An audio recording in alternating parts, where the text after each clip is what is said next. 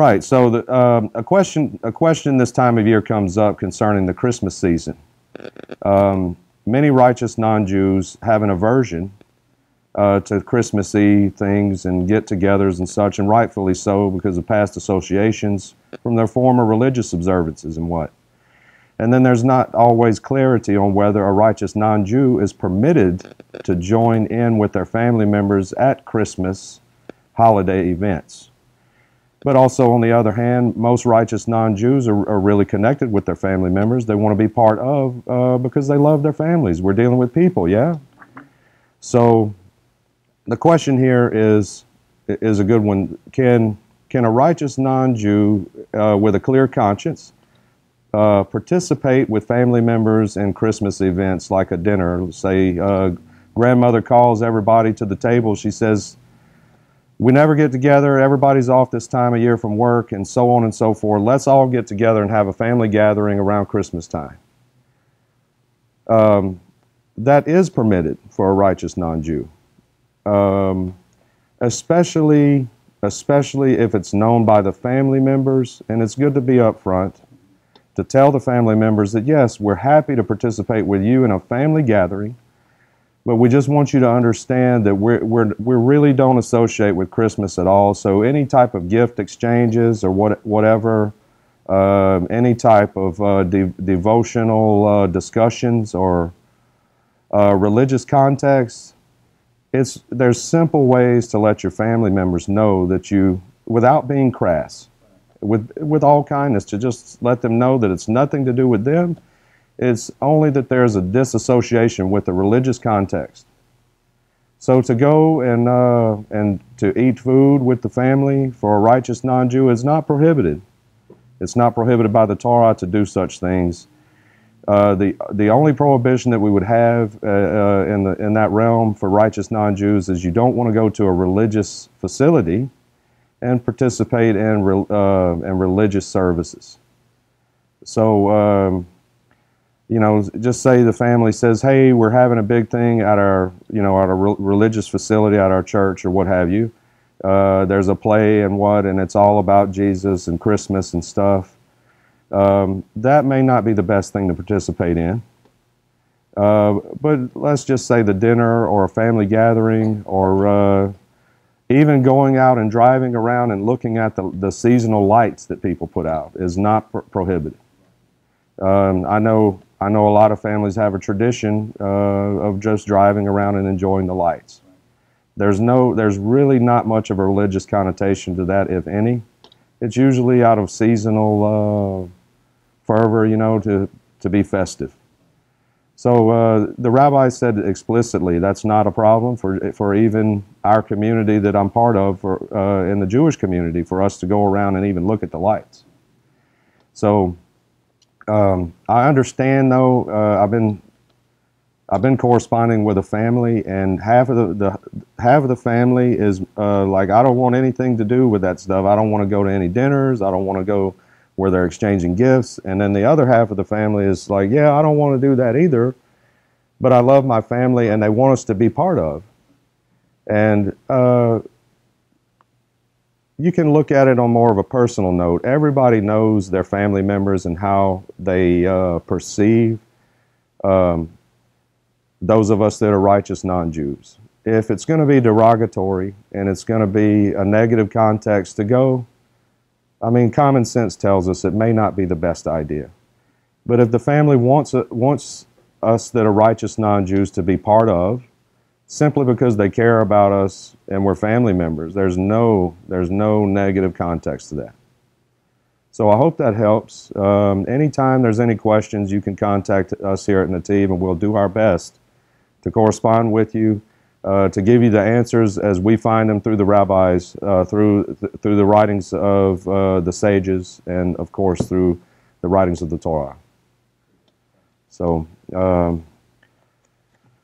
let's see, another concept concerning last week, last class.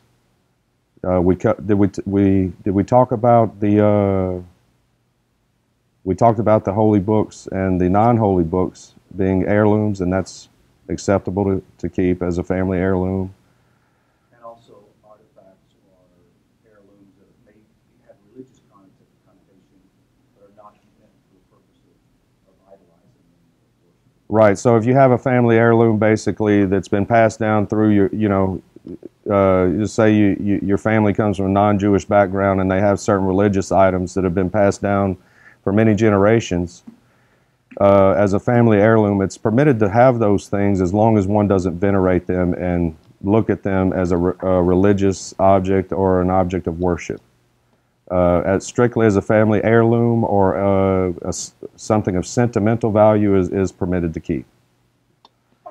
And again, that's directly from the rabbi of our community. He explained that to me. This is not our personal opinion. In other words, there's a basis of validity for it. So the last time we were here in the Rambam's Mishneh Torah, we left off in chapter 7, and halakha number 4. And there was a little bit of controversy on what it means, so I'll revisit it briefly and then we'll move forward. So it says, what is the difference between an idol belonging to an idolater, an idolatrous non-Jew, and one that belongs to a Jew? So this is a question here. What's the difference between an effigy or a statue or an object that belongs to an idolatrous non-Jew versus one that belongs to a Jew? So immediately this is going to bring the question, why would a Jew have an idol? Okay. Then it says, it is forbidden to benefit from an idol belonging to an idolatrous non-Jew immediately after it is fashioned, as implied by Deuteronomy 7:25, which says, you shall burn the sculptures of their gods with fire. For example, they are considered gods as soon as they have been sculpted. So one major difference here is an idol or a sculpture that is in the possession of an idolatrous non-Jew. In other words, it belongs to him. It's immediately inflected that this object is used for idol worship. At the conception of it and the making of it, it's already dedicated to idolatry. Now, on the other hand, a Jewish person doesn't devote themselves to the worship of idols. It's in their nature to devote themselves to the worship of God. So such an effigy or imagery or a statue or what that a Jew owns is not viewed as an idol until it has been served as an idol. Okay. So what this is in context of is whether it can be, what do you say, if there can benefit be derived from it. So if this object belonged to an idolatrous non-Jew, it's automatically looked at as if it was made for the service of idolatry. So it is forbidden to derive any benefit from it.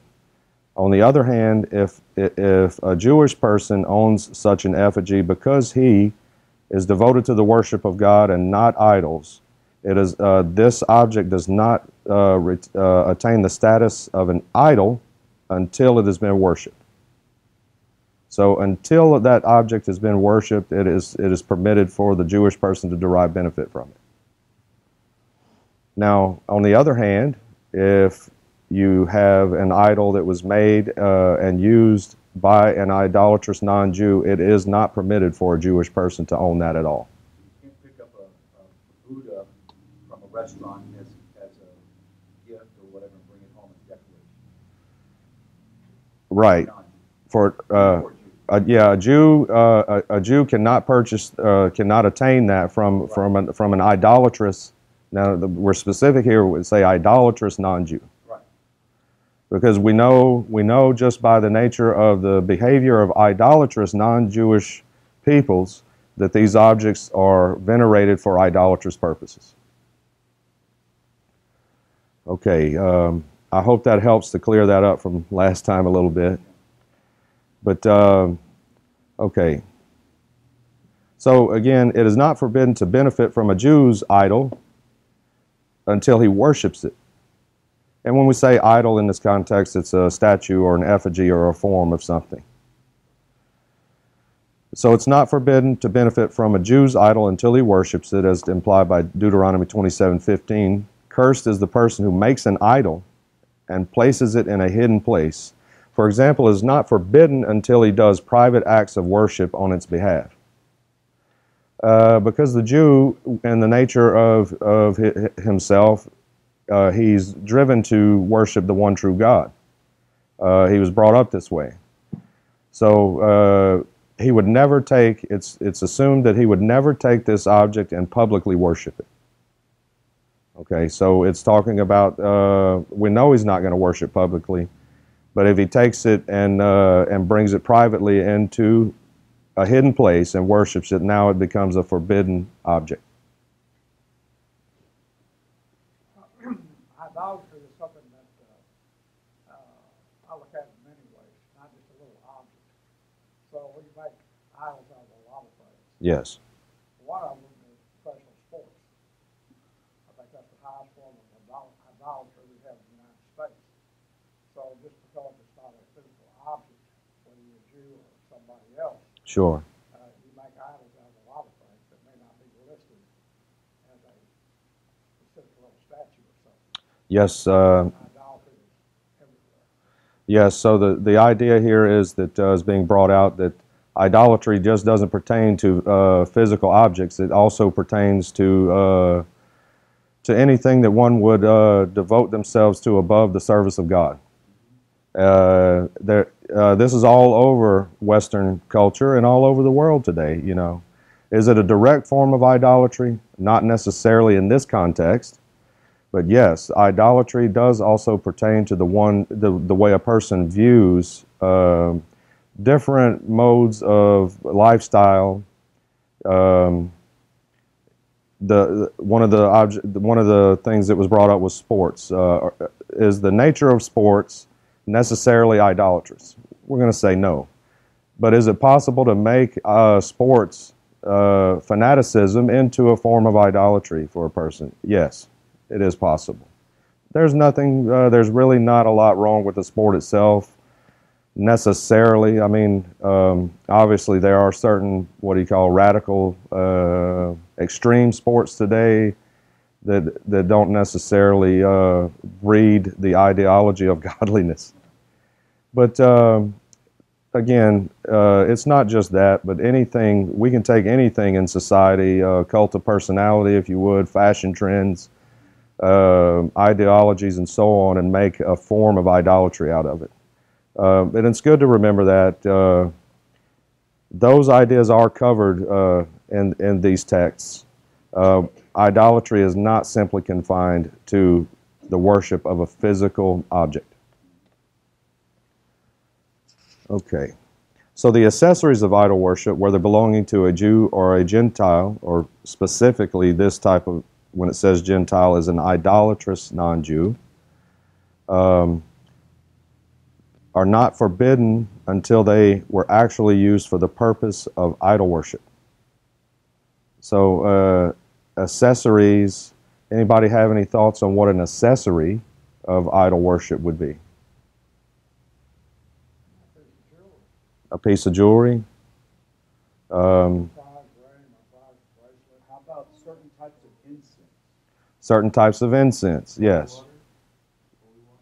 Yeah, venerated, like water that's set aside for? Certain stones and necklaces, prayer beads, I don't know what the Muslims call theirs, but the Christians or Catholics have a rosary. A rosary set? You can have a rosary set that came from your great-grandmother. You can throw it out, but if you're not venerating it. That's a perfect example of a family heirloom, if you would. It would be like a rosary that came from 100 years ago in your family. It's passed down simply as an heirloom. Right. Of course, you're not going to, you know, a righteous non-Jew is not going to use that as an object of service to God. But that is one. That would be one accessory, a type of accessories, a type of prayer beads. So the idea here is, if it hasn't been used for idolatry, it's not forbidden to possess it. If it hasn't been used in the past, because if you're not going to use it as idolatry. let's look at it again. The accessories of idol worship, whether belonging to a Jew or to a Gentile, are not forbidden until they were actually used for the purpose of idol worship. So if it's got a crucifix at the front of it, And I it mean, was a rosary, and it was used then that would make in it, prayer, that would make it. That would make it pasul. you wouldn't, so if you had a rosary that was used 100 years ago, you would not want it. But at the same time, this is not concrete. Okay. Here, if it's a family heirloom, it's permitted to own it as a family heirloom of sentimental value.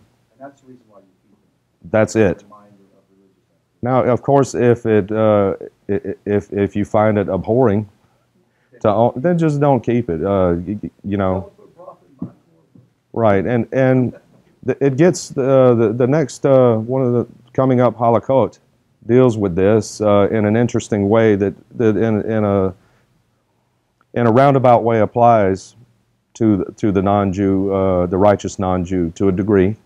We'll get to that relatively soon here. This one here, number 5, halakha 5, it says, a person makes an idol for another person, although he receives lashes, his wage is permitted. This applies even when he made the idol for an idolatrous non-Jew, and it is therefore forbidden immediately. Okay, so when a person makes an idol for another person, so he's been, someone has been commissioned to build an object or to craft an object for another person. That's an idol. This is specifically something that's going to be used for idolatry. It says, although he receives lashes, his wage is permitted. Okay, so he gets the punishment is if he's found by the high court that he crafted an idol for someone else for a wage. The punishment is lashes, and of course the court determines the amount of lashes. It's not a set number. It's up to 40. So they never go past 39. So even though he receives lashes as a punishment, the wage that the person paid him is permitted. And the question here is, why would he get the money? Okay.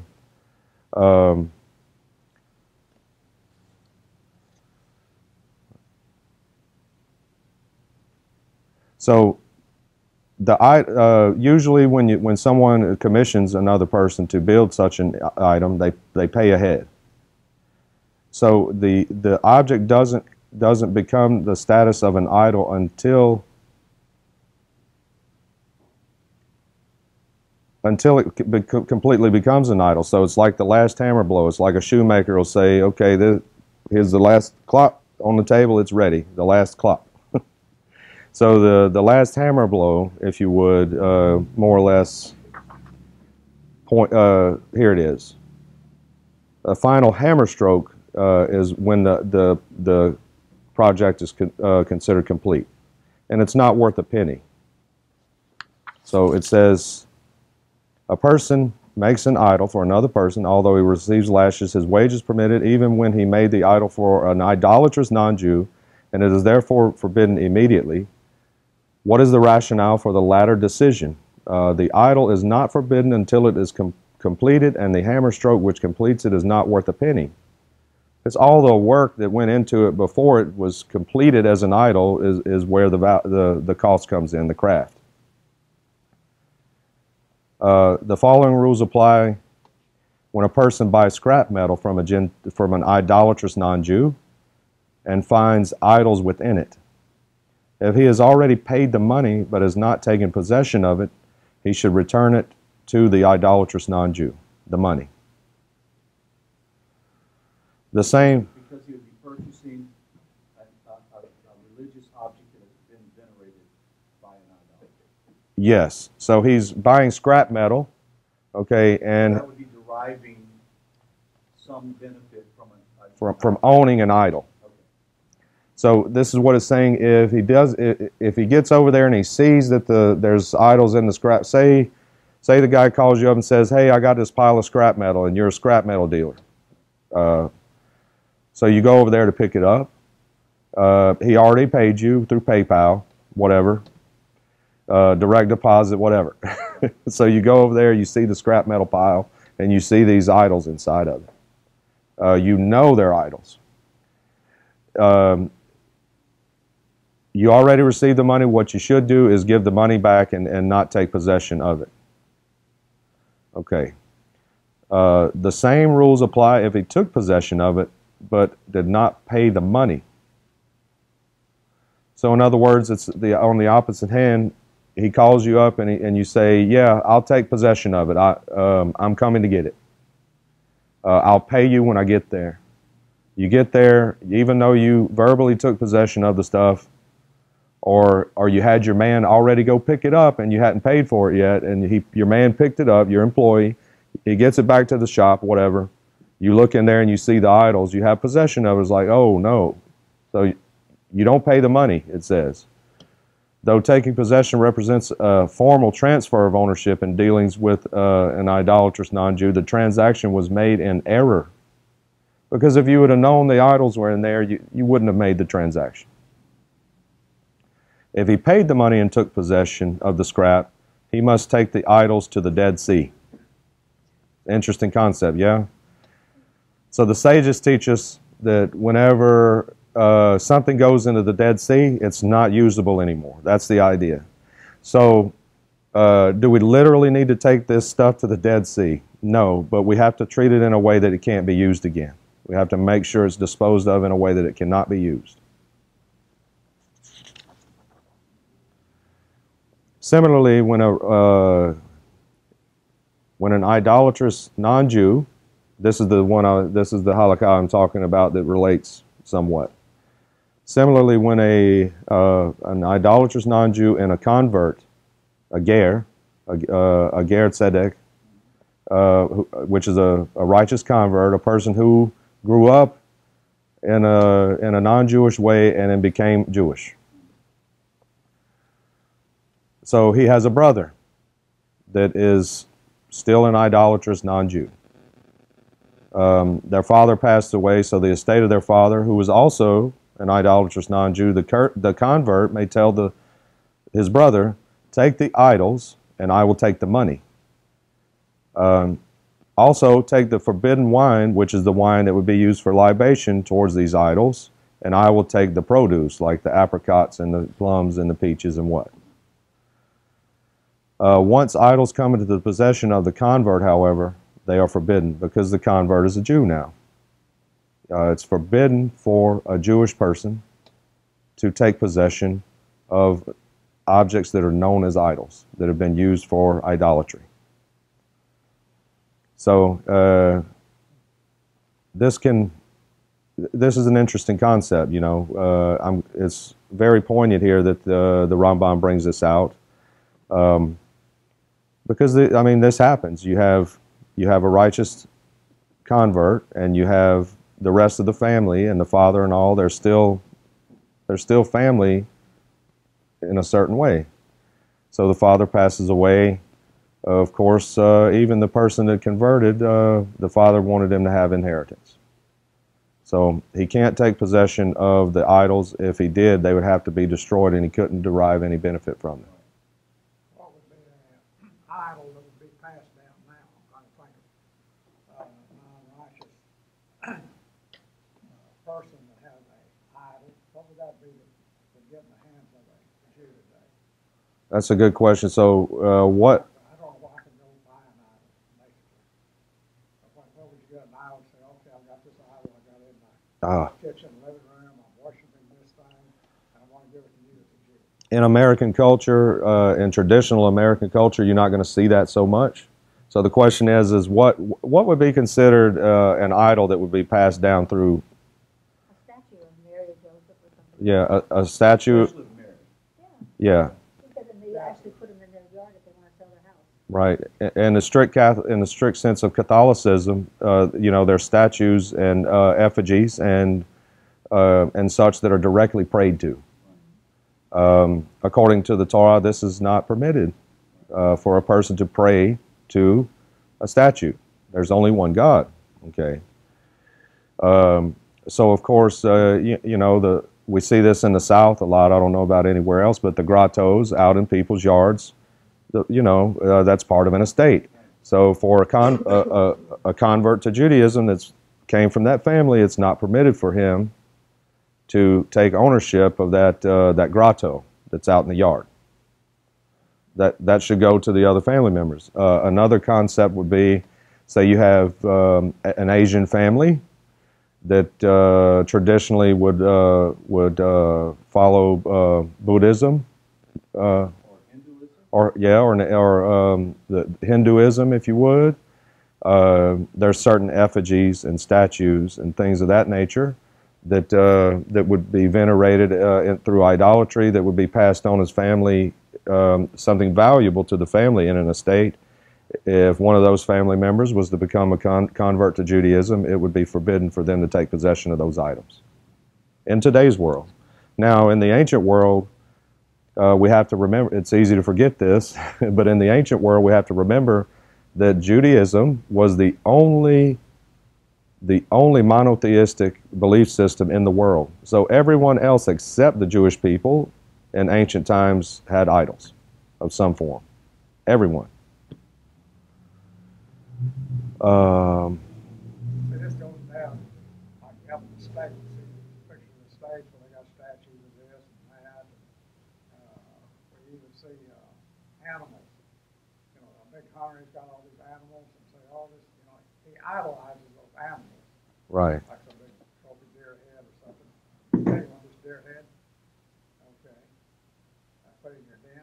Well, you probably couldn't take it because it's been worshipped through the hunter. This is his idol. See, this thing gets real sticky to me. Yeah. Fine line.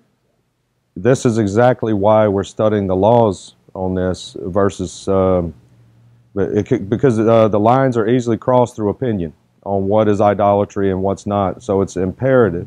This is why this class is important for all of us to understand what the Torah explains is idolatry and what is not.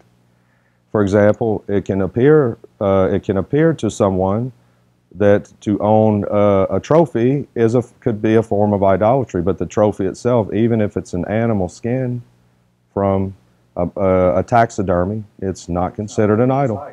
No, because it's not something that's specifically designated for idol worship, the object itself. Now, if the person that owns it views it in an incorrect way, that can be a problem. But the object itself is not known in the context as an object used for the worship of false deities. It's simply a taxidermy. So yes, it can be a very sticky situation. That's why, again, it's important for us to understand what the Torah and the sages have to say concerning what is considered idolatry. We're going to close off today in the text. I'd like to say thank you for participating online. It's a pleasure to have everyone here, and we're going to move on to further discussion.